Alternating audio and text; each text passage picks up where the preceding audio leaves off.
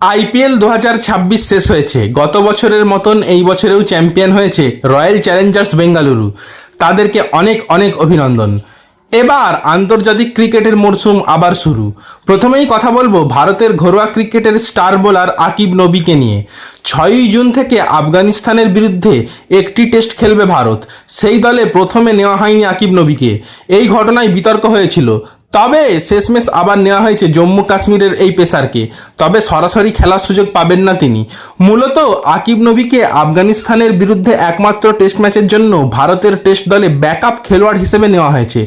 ভারতীয় দলের পরিবেশকে কাছ থেকে জানার ও অভিজ্ঞতা অর্জনের সুযোগ করে দিতেই তাকে দলে রাখা হয়েছে। ভবিষ্যতে ভারতের আসন্ন সফরগুলিতে তাকে মূল দলে অন্তর্ভুক্ত করার সম্ভাবনাও বিবেচনায় রাখা হচ্ছে। এর পরের আপডেট হলো রবিচন্দ্রন অশ্বিনের শূন্যস্থান এখনও পূরণ হয়নি।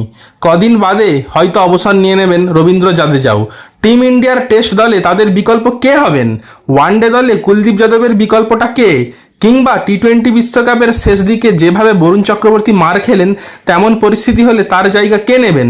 কিংবা বরুণদের কোনো সমস্যা হলে শুধরে দেবেন কে? এমন যাবতীয় ধাঁধার উত্তর খুঁজতে এবার এক প্রাক্তন স্পিনারকে টিম ইন্ডিয়ার স্পিন বোলিং কোচ হিসেবে নিয়োগ করলো বিসিসিআই। হ্যাঁ বন্ধুরা, টিম ইন্ডিয়ার নতুন স্পিন বোলিং কোচ হলেন সাইরাজ বাহুতুলে। আপনাদের জানিয়ে রাখি, কোচ হিসাবে বাহুতুলে বেশ অভিজ্ঞ। ক্রিকেটার হিসেবেও ঘরোয়া ক্রিকেটে বেশ সফল ছিলেন। 53 বছর বয়সী বাহুতুলে 2টি টেস্ট ও 8টি ওয়ানডে খেলেছেন। মোট 5টি উইকেট পেয়েছিলেন। তবে ঘরোয়া ক্রিকেটে মুম্বাইয়ের প্রাক্তন ক্রিকেটারের পারফরমেন্স ঈর্ষণীয়। 188টি ম্যাচে পেয়েছেন 630টি উইকেট, পাশাপাশি 6173 রানও করেছেন।